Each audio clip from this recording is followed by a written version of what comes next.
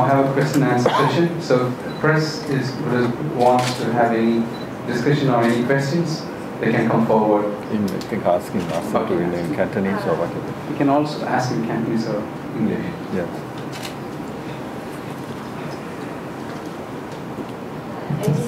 I just want to ask you what encouraged you to launch this charity, and how can the charity guard the children against age-related crimes or abuse? And can you give some examples about the situation now relating to the crimes and abuse? Okay, so the best example that I can give you is the Delhi gang rape thing that happened in December 2012. So a 23-year-old girl was brutally raped in a moving bus by 6 people, and one of the suspects claimed that he is a juvenile, which means that he claims that he's 17 years and 6 months.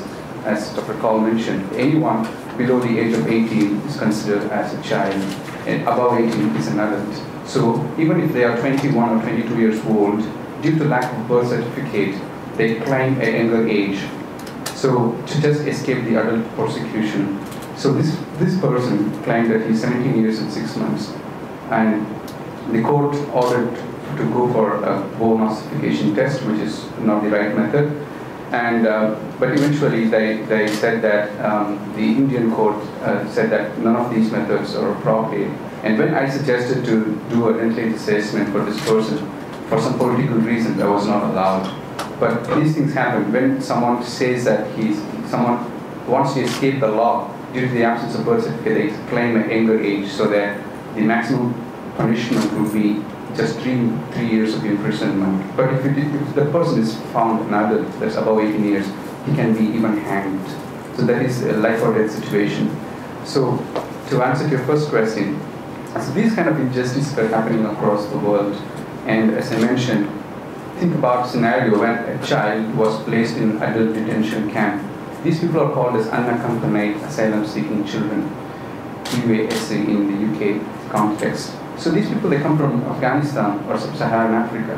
They get in, and then they don't have birth certificate. So the immigration officers, what they do is that they look at their appearance, and without any standardized age assessment procedures, just by their appearance, they say that, all right, that person might be 16 years, but he might look a bit older. And then it's like, all right, you look like you're an adult, so you have to be, they place them in the adult detention camps. And think about the emotional disturbances, what a child undergoes when a child is placed with adults, a group of adults who are like 40, 50 years old. And then the UK border agency found that these people are actually children, they are not adults. And then they had to give a compensation of £1 million, which is a huge drain to the economy of the country. So this kind of injustice is happening across, and considering the asylum requirements and in criminal context as well. And many people without birth certificate, they don't have access to go to a school, because when they get into school, they ask for a birth certificate, and without a birth certificate, they're not allowed to get into a school. So they are denied education. So these kind of injustices were happening across the world, and it is a very common situation. Even last week, more than 17 athletes were sent back to India from China for East Asian Games, because they were found that they were overaged.